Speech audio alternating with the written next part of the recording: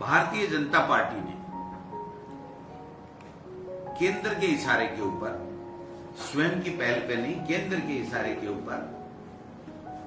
एक किसानों के लिए आक्रोश सभा का नाम दे करके और शेखावाटी से लक्ष्मणगढ़ में एक मीटिंग बुलाई गई, जो किसानों की सभा बताया गया। उस मीटिंग में दावे किए गए थे, सतीश पूनिया जी, राजेंद्र राठौड़ जी और तमाम लोग, जो अरुण चतुर्वेदी जी जो प्रभारी थे, उन्होंने कहा लक्ष्मणगढ़ में शेखावाटी के 30,000 किसान उसमें शामिल होंगे।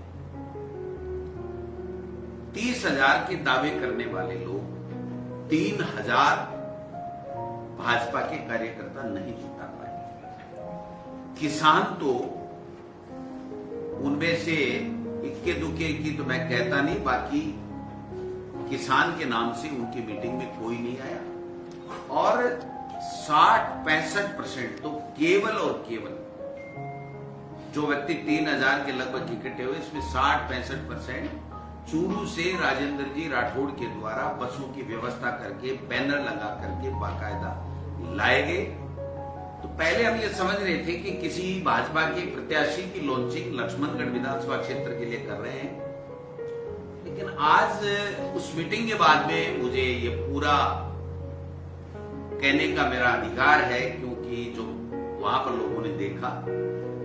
कि राजेंद्र राठौड़ जी शेखावाटी से अपने आप को मुख्यमंत्री के पद के ऊपर लॉन्चिंग करने के लिए उन्होंने लक्ष्मणगढ़ को चुना और अपने इलाके से 3,000 में से 60-65% वो लेकर के भी आए, लेकिन लक्ष्मणगढ़ से 4 अंक नहीं पहुंच सके। 500-700 से ज्यादा भाजपा के कार्यकर्ता ही नहीं जुट पाए, किसान तो बहुत दूर की बात। और जिस मुद्दे के लिए उन्होंने किसानों के लिए बाजरे की खरीद के लिए समर्थन मूल्य के ऊपर वो जो अपनी बात कहने के लिए उन्होंने प्रचारित किया था अपनी मीटिंग को,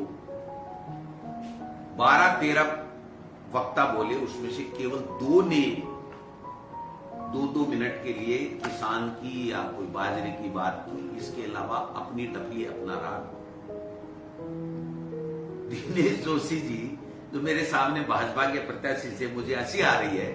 कि उनको उस भीड़ में ये कहना पड़ा कि मैं हूं वो दिनेश जोशी जो गोविंदा के सामने लड़ता हूं, और 1 बार नहीं 2 बार 3 बार कहना पड़ा। इसका मतलब ये था कि वो लक्ष्मणगढ़ के लोग नहीं थे, वरना दिनेश जोशी जी 3 बार जिसने चुनाव लड़ लिया, नगर का चेयरमैन रहा, उसको उस भीड़ में ये कहने की कहां आवश्यकता पड़ गई कि आप जानते हो कि नहीं मैं हूं वो दिनेश जोशी जो मैं चुनाव लड़ता हूं। तो इससे आप थोड़ा स्पष्ट हो जाता है कि वहां पर लक्ष्मणगढ़ के लोग ही नहीं जुटा पाए। तो फिर लक्ष्मणगढ़ में उस बैठक का या मीटिंग का या जो भी वो नाम दे रहे हैं, उसका करने का कोई औचित्य नहीं है। दूसरी बात मैं कहना चाहता हूं कि किसानों के हत्यारी पार्टी के लोग 700 लोगों की हत्या उन्होंने किसानों के 3 काले कानून ला करके किए हो, और किसानों को खालिस्तानी, उपद्रवी, पता नहीं क्या क्या उन्होंने बताया हो, और 15 महीने तक खून के आंसू रुला करके